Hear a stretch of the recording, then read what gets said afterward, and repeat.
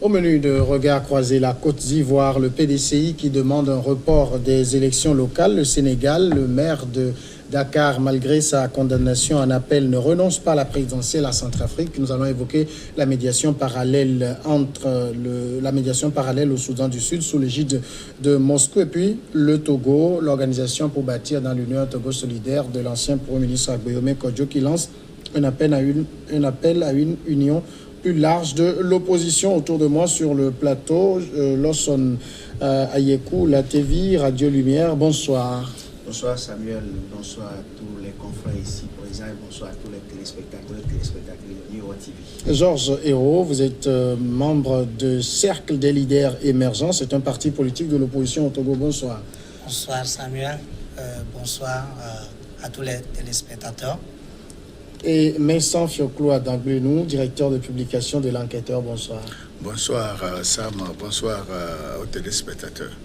On va prendre la direction de la Côte d'Ivoire. Le Parti démocratique de Côte d'Ivoire, une des trois formations politiques du pays, des plus grandes formations politiques du pays, a demandé mercredi un report des prochaines élections locales et dénoncé les menaces du parti du président, son ancien allié dans la coalition au pouvoir en vue du scrutin. Le secrétaire exécutif du PDC, Maurice Kakou Gikaroué, a jugé nécessaire devant la presse de décaler la date des élections municipales et régionales prévues le 13 octobre pour tenir compte des derniers événements politiques. Il a cité l'amnistie et la libération annoncée par le président Alassane Ouattara le 6 août, sachant que de nombreuses personnalités des partis d'opposition, notamment le Front populaire ivoirien, avaient jusqu'ici boycotté les scrutins en revendiquant la libération des prisonniers politiques. Alors, Messan Fioclou, le PDCI et le RDR sont aujourd'hui, disons-le, dans un divorce, puisque le RHDP ne tient plus. Et quand le PDCI formule cette demande de report, est-ce que le RDR va en tenir compte?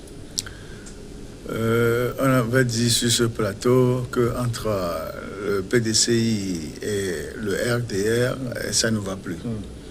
Le président de PDCI, M. Bédier, a jugé utile de signer une alliance avec Afi N'Guessan du FPI dissident.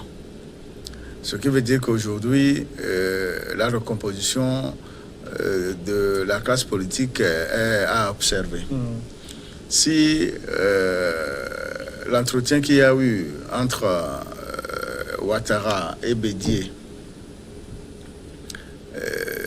permet un éventuel report pour les locales, ce serait, à mon avis, suicidaire pour le RDR. Les derniers développements dont on parle, c'est vrai, il y a eu amnistie, il y a des gens qui sont arrêtés, qui sont libérés, qui peuvent éventuellement être candidats pour les législatives. D'un point de vue purement social et humanitaire, ce serait acceptable. Mais politiquement, c'est suicidaire pour le RDR. Parce qu'aujourd'hui, dans la population civile, il y a des mécontentements au niveau du comportement des politiques, des hommes politiques proches du RDR. Ils disent, d'après les informations à ma possession, le RDR a tout pris. À tout prix. Le PDCI n'a plus la marge de manœuvre, ainsi que le FPI version Sangaré, c'est-à-dire version Laurent Gbagbo. Pour l'intérêt supérieur de la Côte d'Ivoire, moi je pense que les propositions du PDCI sont à étudier. Cette étude permettrait de faire une petite réunion entre la classe politique, tous les partis, les leaders des partis politiques doivent se concerter et d'un commun accord trouver une formule salutaire pour tous. Alors, Jeff Le Prince, quand le PDCI a divorcé du RDR dans le RHDP, est-ce que ce parti peut encore en imposer au RDR? Bon, je pense que ce ne sera pas possible. Ce ne sera pas possible parce que ce sont des erreurs politiques que les politiciens commettent souvent en Afrique. Vous savez, vous n'êtes pas aux commandes, mais quand vous demandez à celui qui est aux affaires de reporter les élections, ça doit être une négociation. Mais si l'autre qui est aux affaires fait aussi ses calculs politiciens, ça veut dire qu'il ne pourra pas céder. Et si aujourd'hui le PDCI demande le report, en expliquant cela par l'amnistie et tout ce qui s'est passé politiquement ces derniers jours en Côte d'Ivoire, ce n'est pas une raison. Parce que tous les partis politiques s'étaient préparés pour cette élection. Et là, s'il y a amnistie, c'est peut-être pour apporter au moins un peu de soulagement à ces prisonniers qui étaient à la prison, pour apporter un plus à ces partis politiques. Ça veut dire que le PDCI ne s'était pas préparé. Et pour pouvoir faire le mariage avec d'autres partis politiques ou bien d'autres compositions politiques, pour pouvoir affronter le FPI. Donc, il voulait justement demander le temps pour pouvoir faire ce réaménagement. Alors, Ado, s'il pourra accepter facilement, ce sera fatal pour lui. Fatal pour lui sur le plan politique, en ce sens que s'il arrive à donner, à accorder cette faveur au PDCI, c'est-à-dire que ça ne marchera pas, justement parce qu'il aura le temps de pouvoir s'asseoir correctement, de pouvoir signer d'autres contrats avec d'autres compositions politiques pour pouvoir l'affronter facilement. Et donc, quand vous n'êtes pas aux affaires, c'est facile de demander ce genre de choses, mais celui qui est là aussi fait ses calculs.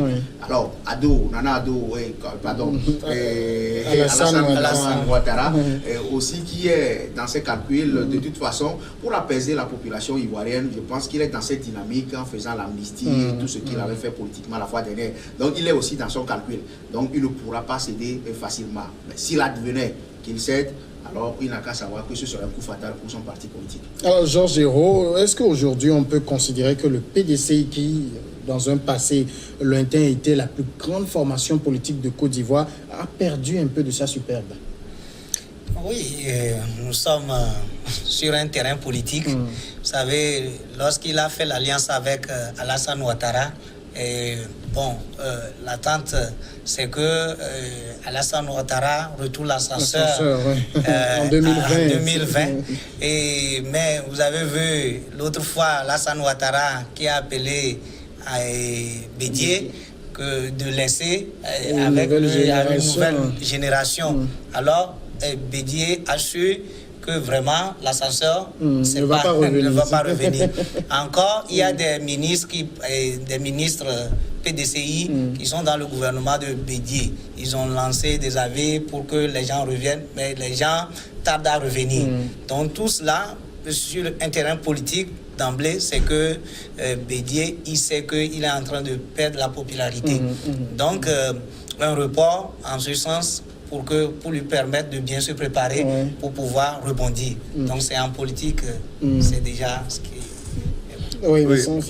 Moi je peux dire que l'accord que Bédié et Alassane ont signé pour l'alternance à 2020 ne tient plus, en ce sens que on a réformé la Constitution en créant un poste de vice-président.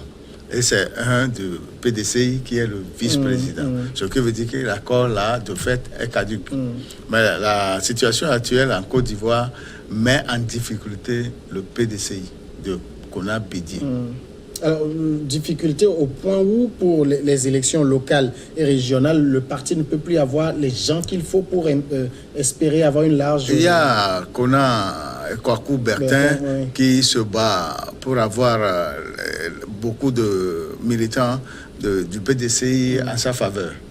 Ce qui veut dire qu'il n'est plus sous ordre de M. Bédié, d'où l'indiscipline qui s'installe dans ce parti. Si le chef de parti fait appel à ces leaders qui sont dans le gouvernement et que ces derniers refusent de le suivre, c'est qu'il y a problème. C'est qu'il y a problème. La scission est consommée. La scission est consommée. Les gens préfèrent être avec Alassane que d'être avec lui. Ce qui veut dire que son parti n'est plus un poids à coq, mais un poids plume. Alors, ça veut dire, ça pose la question, Jeff Le Prince, des alliances politiques qu'on noue dans le feu des élections, quand on cherche à conquérir le pouvoir. Après, tout ça, ça devient caduc. Ben justement. Vous savez, quand vous créez votre parti politique, vous aspirez à devenir président de la République du jour au lendemain. Et pour des revendications politiques, si vous arrivez à faire une coalition, je pense que c'est une coalition qui ne dure pas, c'est une coalition éphémère, qui ne donne pas beaucoup de choses, parce qu'après tout, chacun de ces partis politiques a son idéologie. Mais pour des objectifs précis, ou bien pour un objectif précis, ils s'entendent à rester ensemble un moment. Mais à un moment, c'est la scission qui est consommée. Et vous voyez, quand vous faites la coalition, ou bien vous amenez vos militants dans un parti politique pour dire, voilà, à partir d'aujourd'hui, nous faisons une coalition.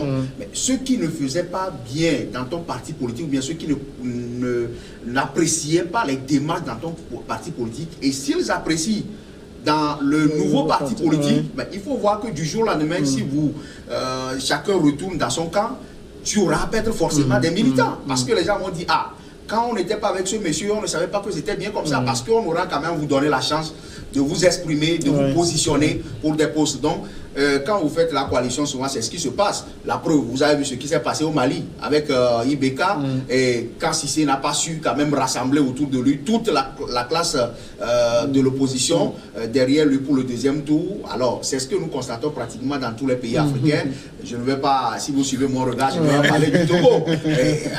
Dans ce pays, on a parlé du collectif Sauvons le Togo, on a parlé de Arc-en-Ciel, tout ça. Mais après tout ça, donné quoi? Donc, il faut remarquer que dans les pays africains, vraiment, je pense qu'il faut repenser la politique autrement par rapport à notre situation et surtout à l'Africain que nous sommes. Mais si nous voulons faire copie-coller, ce sera quand même difficile parce que les Blancs ne font pas leur politique comme ça. La politique évolue, mais si nous voulons rester dans cette politique ancienne, antique, sur le continent africain, je pense que ça ne donnera pas. Alors, Georges Hérault, je vous poserai tout à l'heure la question de la position même du FPI version Gbagbo. On va, avant cela, marquer la courte pause.